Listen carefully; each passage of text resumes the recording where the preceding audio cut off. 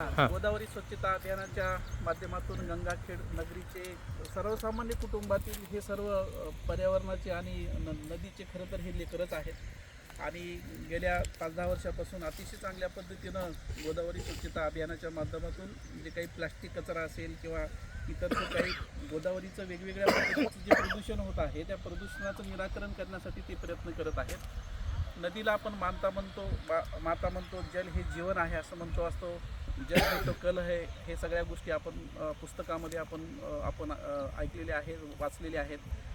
भारतीय संस्कृती ही नदीच्या संदर्भातली संस्कृती आहे।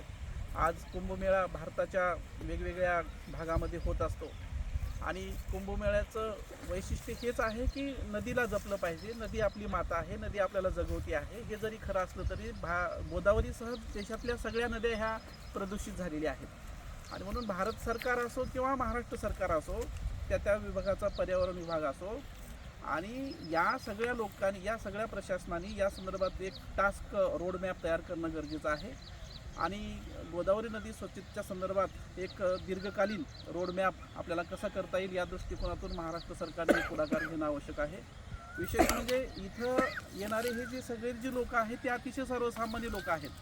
माझी विनंती या व्हिडिओच्या माध्यमातून मला आहे की आपण आठवड्याला या गंगाखेडमधले जे काही भांडवलदारी लोक आहेत की सकाळी जे तुम्ही फिरायला वेगवेगळ्या ठिकाणी जाता त्या ठिकाणी न जाता जर गंगाखेडच्या या आपल्या गोदावरी नदी काठी येऊन एक अर्धा तास जर श्रम जर केलं तर तुम्ही नदीचे लेकरं म्हणून तुमचाही सन्मान होईल आणि तुम्हाला लक्षात येईल की त्या गोदावरी नदीच्या पाण्यामुळे आम्ही जगतो।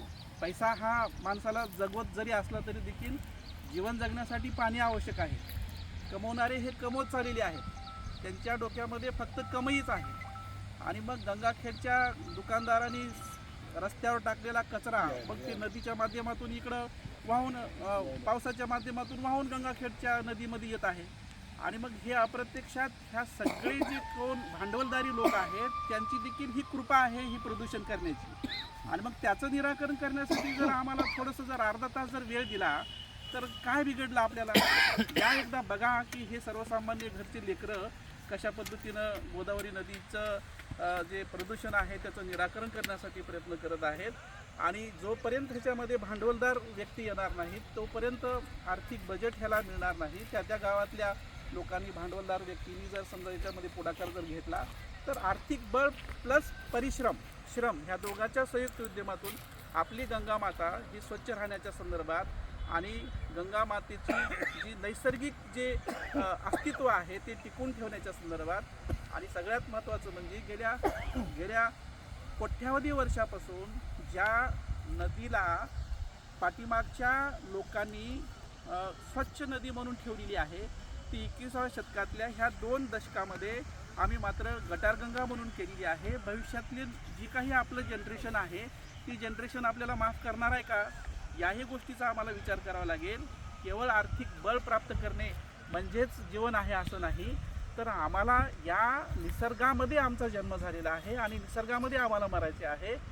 नदी ही आम्हाला जगवती आहे आणि नदीच्या स्वच्छतेसाठी, नदीच्या कचरा निर्मूलनासाठी आम्हाला दीर्घकालीन आराखडा तयार करण्यासाठी भांडवलदारांनी, भारतातल्या आमच्या गंगाखेडच्या भांडवलदारांनी, प्रशासनाने, तहसीलदारांनी, नगरपालिकेनी आणि त्या ठिकाणचे जे काही वेगवेगळे चांगले वेगवेगळ्या क्षेत्रामध्ये ऑफिसर म्हणून काम करत आहेत त्यांनीही आमच्या या ठिकाणी गंगाखेडच्या या गोदावरी काठीमध्ये आलं पाहिजे। केवळ 5-25 लोकच या नदीची स्वच्छता करणं म्हणजे नदी स्वच्छता होऊ शकते का?